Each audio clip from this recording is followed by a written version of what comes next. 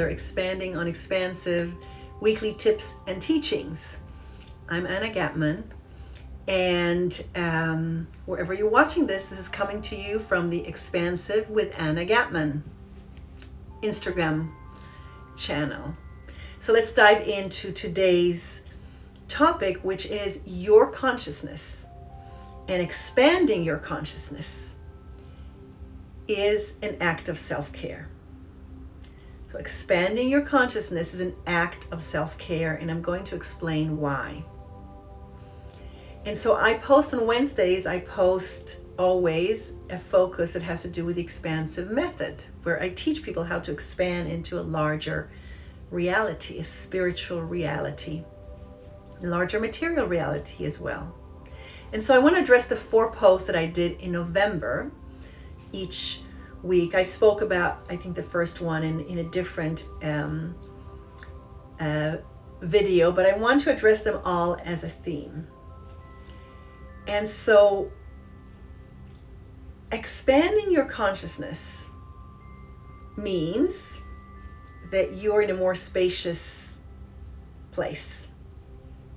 Okay, more space means more possibilities, right? More opportunities, larger field of information than when you are in a constricted, more narrow consciousness or focus, right?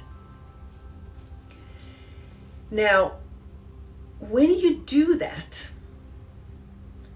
you take in a larger field of reality of our world. You begin to care for what you perceive. It becomes part of you. You become part of a larger piece of the world instead of being isolated, alone, forsaken, which we all have. I've had it so many times in my life. But when I can tap into this larger field of consciousness and I feel more spacious, I feel that I'm part of something larger. And I'm sure you have the same experience. And so when you feel that you're part of something larger and you feel that the larger world is part of you, you feel love, you feel care for that larger piece, because now you're part of a larger piece versus a smaller piece. So you see how it's an act of self-care to take in a larger piece, a more wondrous piece of reality. Now, when you're in this expansive state, you remember your essence. When you care for other things, nature, human beings, other species, other people, you see their essence. You see the best in them. You see the sacredness in them. And when you do that, you remember your own essence. Their sacredness, your sacredness, you become aware of that. And so that's why expanding your consciousness is an act of self-care, because when you remember your essence, who you really are, at your essence, at your soul essence, and in this incarnation into this body, who you are in this lifetime, you feel wonder, you feel joy, you feel enjoyment. The sacredness becomes an act of caring, because you just appreciate yourself and anything that you bring into your world as you expand and allow more of the world to come into your field of awareness. So that's why it's an act of self-care, because you remember the essence of who you are in this spacious state, and you can see and perceive and appreciate the essence and the sacred essence of everything else that you bring into your world. Anything that you pay attention to, you suddenly can appreciate it. You appreciate its sacredness, its beauty, its purpose, its right to existence, its place in the web of life. So when you are connected like this to your essence and the essence of everything that you focus on, it's by nature an act of self-love, because And self-care because you are in your essence. And when you're in your essence, you are in self-care. You're in self-love and self-appreciation and self-kindness and in world love and in world care and in world kindness and in world appreciation.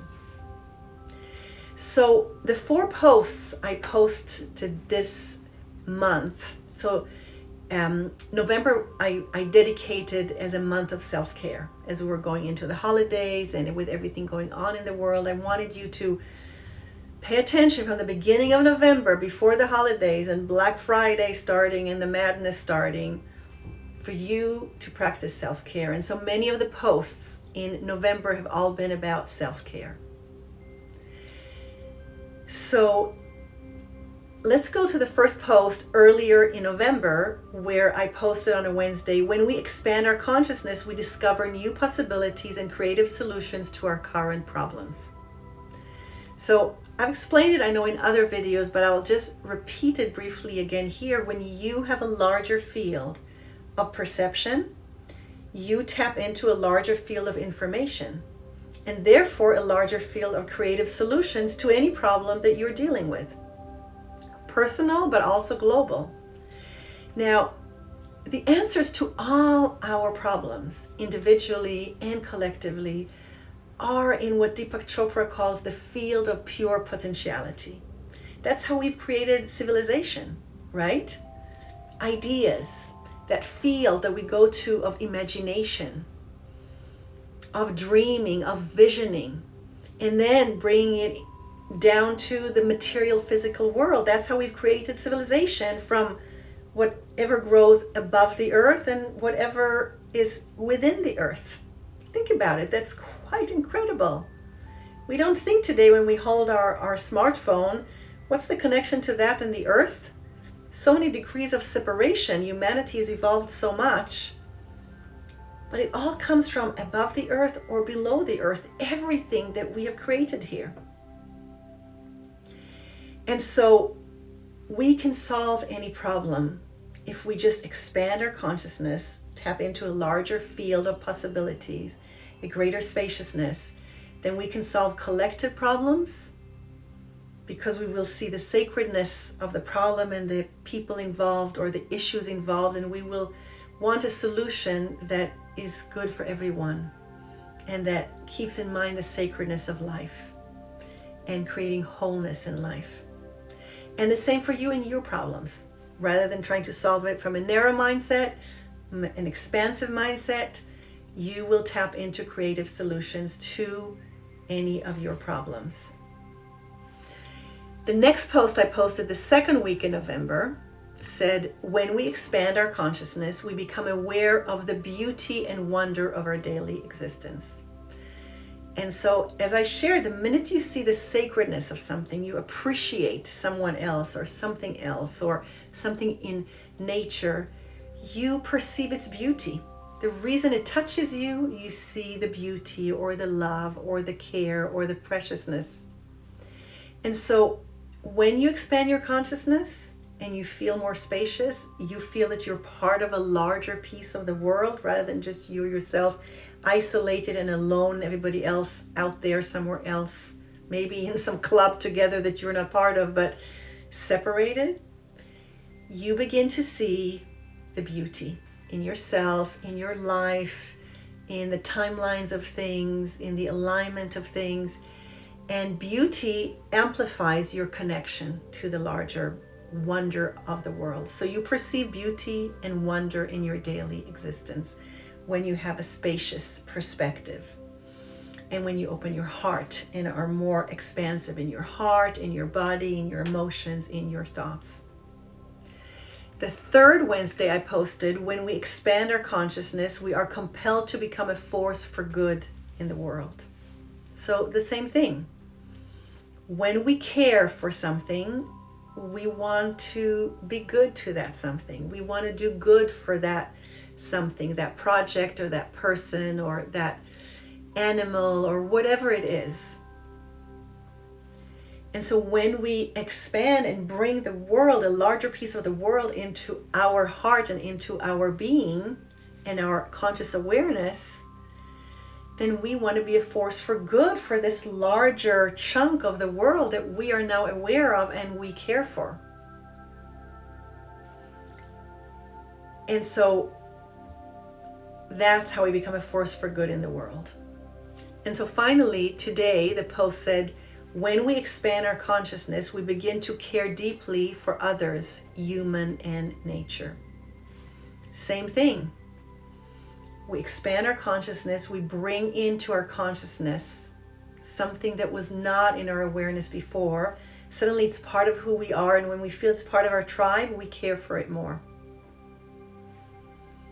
And so when we begin to care deeply for other people, for other problems, other human issues, and we start caring for nature, we see the beauty, the sacredness of nature, we see the interdependence between us and nature. We want to be a force for good. We have compassion. We want to do whatever our personal way of contributing is, but we want to be a force for good. And we want to solve our problems, or this world problem, or our next challenge from this expansive, spacious state where we are more relaxed and we can get a perspective.